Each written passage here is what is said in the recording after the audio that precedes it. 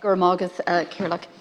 I'll deal with the two issues. I think they're really important in terms of increasing the affordability, the supply and the affordability. And in terms of Senator Higgins' proposal about public-public partnerships, I think that's what this whole, it's all about public or the state taking the lead in the provision of affordable housing. And the indication from the Minister on the previous amendment around expanding it from local authorities to NGOs and not-for-profit organisations, and the fact that our amendment later will put into legislation a requirement on local authorities to publish affordable housing targets within a specified timeframe. I'm not going to talk to that amendment now, but I just think that the whole thrust of this legislation, this initiative from government, is about the state taking the lead and the state using every potential to deliver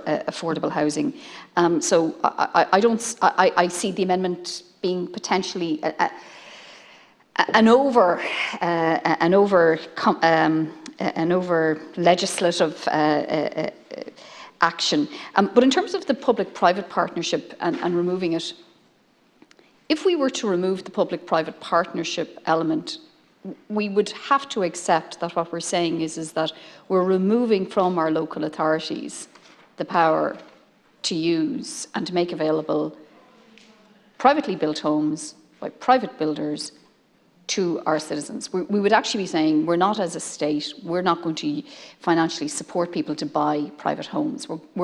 We'd actually have to buy into this utopian ideal of everybody living in social housing, everybody living in state-provided housing, everybody living in social housing that is built by state construction companies, where everybody is earning the same wage, where everybody is just involved in the provision of social housing. The reality of it is that we want a mix. I believe the people that we represent want a mix. People want to be able to own their own home. And at the moment, the public-private partnership that is delivering homes, as Senator Cummins said, in Waterford, or the 1,200 homes that will be delivered in Malahide, or even in my own constituency of Dublin Central, a planning application has gone in for O'Devany Gardens. That will deliver 1,000 homes. And it will deliver 1,000 homes in a constituency where there is very low home ownership. And we will have a mix there of social homes, affordable purchase homes, and private homes.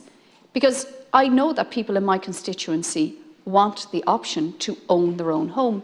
But not only will that partnership deliver over 1,000 homes, affordable and social and private homes, it will deliver a community creche, a community centre, retail, playgrounds, parks, but we've also got a local employment clause on that agreement, and we have an apprenticeship clause. That's a really positive thing for my constituency. That's more than 1,000 families in my constituency have an opportunity to have a secure, affordable, energy-rated home on state-owned lands. If we remove the potential for that type of a partnership, that's 1,000 families, minimum, who will be immediately disappointed. So we are very clearly legislating to have the state take the lead in the provision of housing. That's why we're putting forward this legislation, so that local authorities primarily and other not-for-profit state and non-state agencies can take the lead. But we would be tying not one hand but both hands behind our back if we were to start to say today and legislate today to remove the potential for the state to partner with private operators to actually deliver not just homes but vital social infrastructure. So I would ask that the member would withdraw the amendment. Gurmagad.